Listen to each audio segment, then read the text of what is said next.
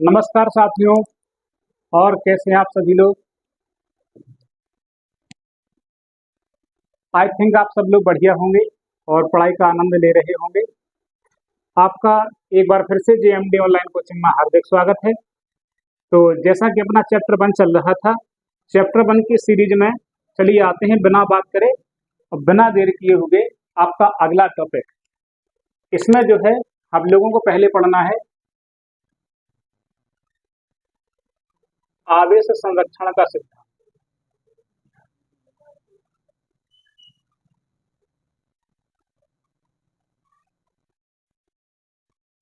ठीक है,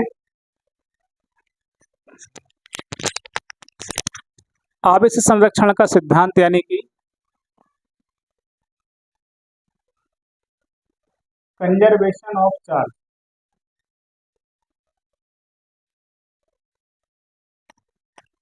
इस लेक्चर में जो है अपन को आवेश संरक्षण का सिद्धांत। आइए सबसे पहले आवेश संरक्षण को समझते हैं, आखिर ये कैसे वर्क करता है। एक एग्जाम्पल के थ्रू समझाते हैं आपको पूरी बात समझ में आ जाएगी। चलिए हम क्या करते हैं, एक बॉक्स लेते हैं। ठीक, बॉक्स में इस बॉक्स में हम क्या करते हैं कि 2 गोलियां ले लेते हैं। थोड़ा सा मैं बड़ा बना देता हूँ चित्र को।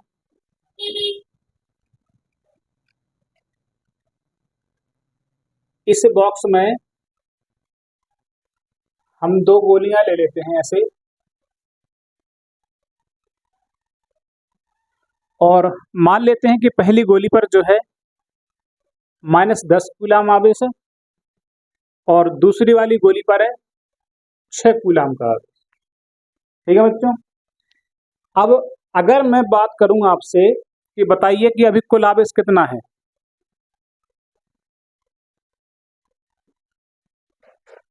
तो कुल आवेश इनका जोड़ के आप लोग कितना आएगा, कुल आवेश Q बराबर -10 + 6 -4 कूलाम आ जाएगा।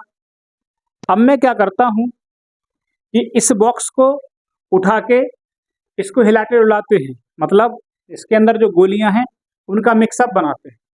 मिक्सअप बनाते मतलब इनको जैसे अपन लोग यहाँ हिलाएंगे डुलाएंगे तो होगा क्या बेटा, ये जो गोलियां हैं एक दूसरे को टच करेंगी। ये गोलियां एक दूसरे को टच करेंगे, थोड़ी देर बाद उस बॉक्स को रख के हम देखते हैं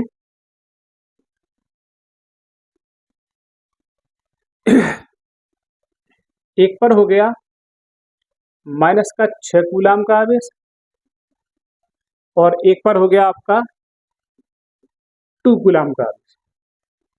ठीक है, पहले अपन ने एक बक्सा लिया, बक्से में 2 गोलियां रखी जिसका आवेश था -10 कूलाम आवेश, तो दूसरी गोली पर था 6 कूलाम का आवेश। हमने नेट आवेश देखा तो कुल आवेश जो है -10 + 6 बराबर कितना आ गया, -4 कूलाम। फिर हमने हिलाया डुलाया बॉक्स को तो गोलियां आपस में टच करी, टच करने से जो है बेटा आवेश यहाँ वहां गया। अब इसके बाद फिर से देखिए आप कुल आवेश, इसको जोड़ के देखिए -6 कूलाम + 2 कूलाम, दोनों को ऐड करते हैं तो कितना आंसर आता है, -4 कूलाम। अब देखिए जब तक ये गोली टच नहीं कर रही थी एक दूसरे को तब का आवेश था आपका -4 कूलाम आवेश। जब गोलियां टच कर गई, आवेश का ट्रांसफर हुआ, यहां से वहां गया तो कितना आवेश आ गया, तब भी -4 कूलाम है।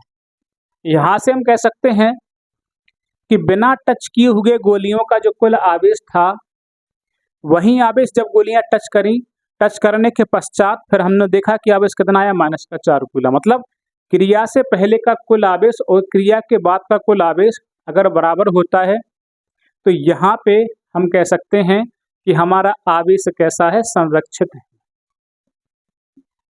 आवेश कैसा है बच्चों, संरक्षित है। यहां से हम एक जनरल सी बात निकाल सकते हैं कि किसी भी निकाय का कुल आवेश, आप लिख सकते हो कि किसी भी निकाय का कुल आवेश किसी भी निकाय का कुल आवेश संरक्षित रहता है। कुल आवेश कैसा रहता है? संरक्षित रहता है, संरक्षित रहता है। इसे आप इस एग्जाम्पल के थ्रू किसी को समझा सकते हो कि बॉक्स में एक कोई विद्युत रोधी बॉक्स में हम 2 गोलियां लेते हैं, इन पर इतना आवेश मान लेते हैं, कुल आवेश हम देखते हैं कि -4 गुलाम आता है। गोलियों को मतलब बॉक्स को हिलाने पर गोलियां एक दूसरे को टच करती हैं, टच करने के बाद कुल आवेश वही आता है जो बिना टच किए हुए कुल आवेश रहता है। इस प्रकार हम कह सकते हैं कि आवेश कैसा रहता है? संरक्षित रहता है। ठीक है, मैंने एक एग्जाम्पल आपको बता दिया, एक काम चलाऊ एग्जाम्पल आपको बता दिया। अब एक अच्छा सा एग्जाम्पल लेते हैं और उस चीज को समझते हैं। ठीक है,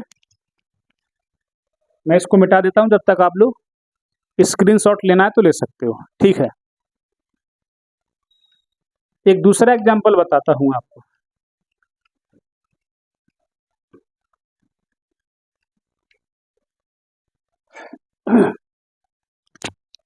दूसरा एग्जाम्पल देखो,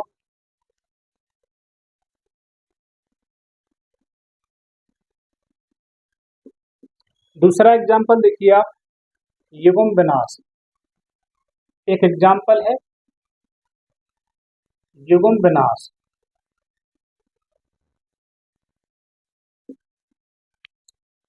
युग्म विनाश क्या होता है? आइए इसको समझते हैं। युग्म विनाश,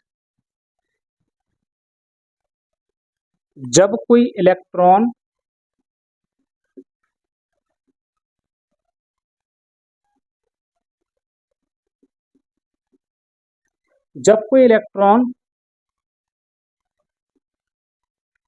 किसी पॉजिट्रॉन,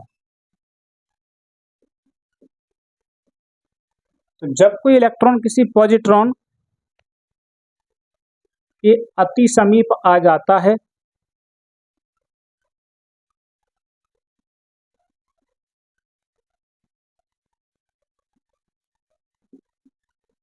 जब कोई इलेक्ट्रॉन किसी पॉजिट्रॉन के अति समीप आ जाता है तो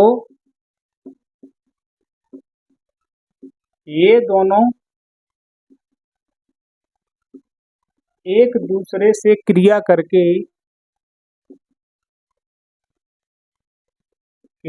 यानी कि संयोग करके, एक ही बात है,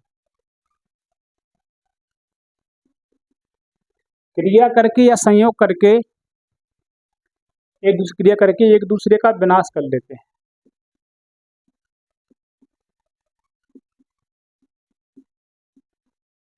अस्तित्व समाप्त कर लेते हैं। ठीक है, तो इसका बहुत अच्छा सा एग्जाम्पल है युग्म विनाश। अब इस चीज को समझो, इलेक्ट्रॉन एक पॉजिट्रॉन, देखिए ये मैंने ले लिया इलेक्ट्रॉन, इलेक्ट्रॉन का सिंबल ये है इलेक्ट्रॉन, एक पॉजिट्रॉन, अगर ई पे प्लस लगाते होता है पॉजिट्रॉन, ये इलेक्ट्रॉन का एक एंटी पार्टिकल होता है, ऐसा कह लो इसका जुड़वा भाई, इसका जुड़वा भाई है। जो द्रव्यमान इलेक्ट्रॉन का होता है वही द्रव्यमान पॉजिट्रॉन का होता है। अंतर इतना होता है कि इलेक्ट्रॉन का आवेश होता है नेगेटिव और पॉजिट्रॉन का आवेश हो जाता है पॉजिटिव। इसका मान 1.6 10⁻⁻19, इसका मान भी 1.6 10⁻⁻19 होता है। जब कोई इलेक्ट्रॉन किसी पॉजिट्रॉन से क्रिया करता है, ठीक, तो क्रिया के पश्चात एक दूसरे का तो विनाश कर लेते हैं और इनके स्थान पर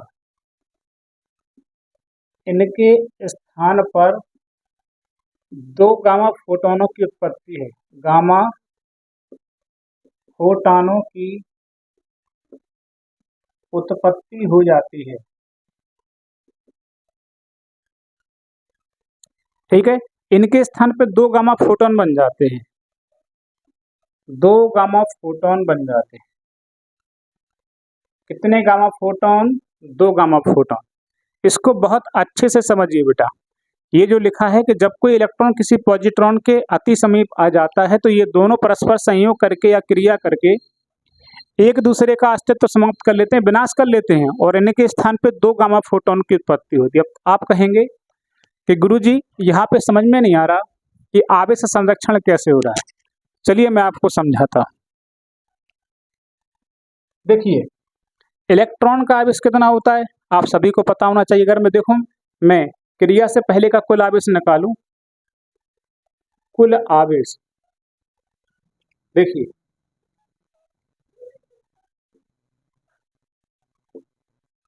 कुल आवेश Q बराबर इलेक्ट्रॉन का आवेश होता है माइनस का E और पॉजिट्रॉन का आवेश होता है प्लस का E।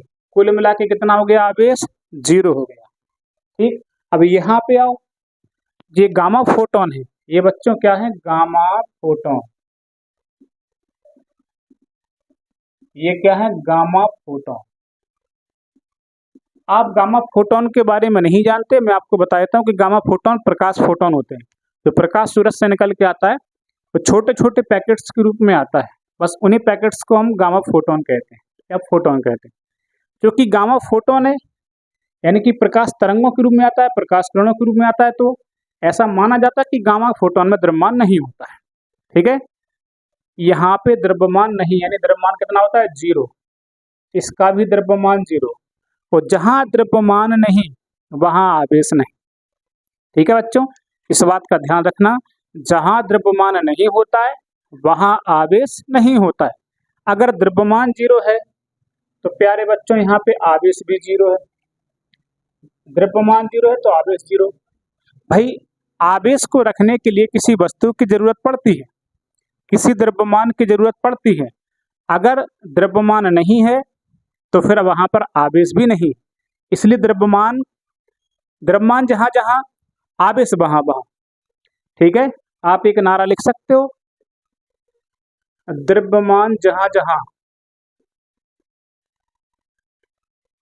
द्रव्यमान जहां जहां आवेश वहां वहां, आवेश वहां वहां। ये नारा आप लिखोगे, द्रव्यमान जहां जहां आवेश वहां वहां, जहां द्रव्यमान नहीं वहां आवेश नहीं। अब देखिए प्यारे बच्चों, यहाँ द्रव्यमान 0 है इसलिए आवेश 0, आवेश 0।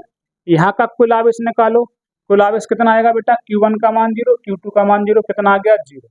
अब देखिए क्रिया से पहले इन दोनों का आवेश कितना था? 0 था, तो क्रिया के बाद भी इनका आवेश कितना है? 0 है। तो आप कह सकते हैं कि क्रिया से पहले का कुल आवेश एवं क्रिया के पश्चात का कुल आवेश दोनों एक दूसरे के बराबर हैं। अतः युग्म विनाश की क्रिया आवेश संरक्षण के सिद्धांत की पुष्टि करती है। ठीक है, बाकायदा आपका एग्जाम में आ जाए कि आवेश संरक्षण का सिद्धांत क्या है, इसकी उदाहरण से पुष्टि कीजिए, तो आप बड़े आराम से आप इसको लिख सकते हैं, अपनी भाषा में लिख सकते हैं। ठीक है, क्या लिखेंगे कि किसी भी निकाय का कुल आवेश संरक्षित रहता है, अर्थात घटना से पहले का कुल आवेश और घटना के बाद का कुल आवेश दोनों ही नियत होते हैं, बराबर होते हैं, संरक्षित होते हैं, कंजर्वेटिव होते हैं। फिर एग्जाम्पल में क्या लिख देना? एग्जाम्पल लिखना युग्म विनाश, और लिख देना कि जब कोई इलेक्ट्रॉन और किसी एक पॉजिट्रॉन के अत्यंत समीप आ जाता है तो ये दोनों क्रिया करके एक दूसरे का अस्तित्व समाप्त कर लेते हैं, विनाश कर लेते हैं। ठीक है, एवं उनके स्थान पर 2 गामा फोटोनों, प्रकाश फोटोनों की उत्पत्ति हो जाती है। ठीक है, और ऐसा आप चित्र बना के लिख देना, कुल आवेश यहाँ पे, कुल आवेश यहाँ पे लिख देना कि घटना से पहले, क्रिया से पहले का कुल आवेश एवं क्रिया के पश्चात का कुल आवेश दोनों एक दूसरे के बराबर हैं। अतः युग्म विनाश के द्वारा आवेश संरक्षण के सिद्धांत की पुष्टि होती है। ठीक है बच्चों, तो एग्जाम्पल देख लीजिए आप लोग और इसका बोल लीजिए स्क्रीनशॉट। ठीक है, इस सिद्धांत से हमें एक बात समझ में आ गई। क्या समझ में आ गई? कि द्रव्यमान जहां जहां आवेश वहां वहां, द्रव्यमान जहां आवेश वहां, द्रव्यमान नहीं आवेश नहीं, द्रव्यमान नहीं तो आवेश नहीं। अगर द्रव्यमान है तो आवेश है, द्रव्यमान नहीं तो आवेश नहीं। लेकिन मेरे प्यारे बच्चों, एक ऐसा भी पार्टिकल है जिस पे द्रव्यमान होता है मगर उस पे आवेश नहीं होता है। इस बात का बेटा ये अपवाद भी कह सकते हो तुम, न्यूट्रॉन। न्यूट्रॉन। प्यारे बच्चों, न्यूट्रॉन, न्यूट्रॉन एक ऐसा एग्जाम्पल है जिस पे द्रव्यमान तो होता है मगर इस पे आवेश नहीं होता है। क्यों नहीं होता है बेटा, मैं आपको समझा चुका हूं कि न्यूट्रॉन जो है एक अपक्वार्क को दो डाउन क्वार्क से मिलकर बना होता है। एक अपक्वार्क और दो डाउन क्वार्क से मिलकर बना होता है। इस वजह से इस पर कुल आवेश कितना होता है? 0। आवेश 0 होने की वजह से, न्यूट्रल होने की वजह से इसका नाम क्या रखा गया प्यारे बच्चों? न्यूट्रॉन ही रखा गया है। ठीक है, आवेश न्यूट्रल मतलब 0 होने की वजह से ही इसका नाम, इस पार्टिकल का नाम न्यूट्रॉन रखा गया था। ठीक है, और जेम्स चैडविक ने इसकी खोज की थी और ये एक अपक्वार्क को दो डाउन क्वार्क से मिलकर बना होता है। आई थिंक आपको आवेश संरक्षण का सिद्धांत समझ में आ गया होगा और उससे जुड़ी एक खास बात मैंने आपको बताई। थोड़ा सा मैं मोबाइल चेक कर लूँ, बंद तो नहीं हो गया? ठीक है प्यारे बच्चों, अभी चल रहा है। ठीक, कि आवेश जहां जहां द्रव्यमान द्रव्यमान जहां जहां आवेश वहां, लेकिन न्यूट्रॉन एक ऐसा पार्टिकल है जिस पे जो है द्रव्यमान तो होता है मगर आवेश नहीं होता। क्यों नहीं होता? क्योंकि यह एक अपक्वार्क और दो डाउन क्वार्क से मिलकर बना होता है। ठीक है, आई थिंक ये बात आपको समझ में आ गई होगी। आवेश संरक्षण का सिद्धांत आपको समझ में आ गया होगा। ठीक है, तो चलते हैं, विदा लेते हैं, फिर अगला लेक्चर आपको अगली क्लास में बताते हैं। तब तक के लिए thank you and bye bye.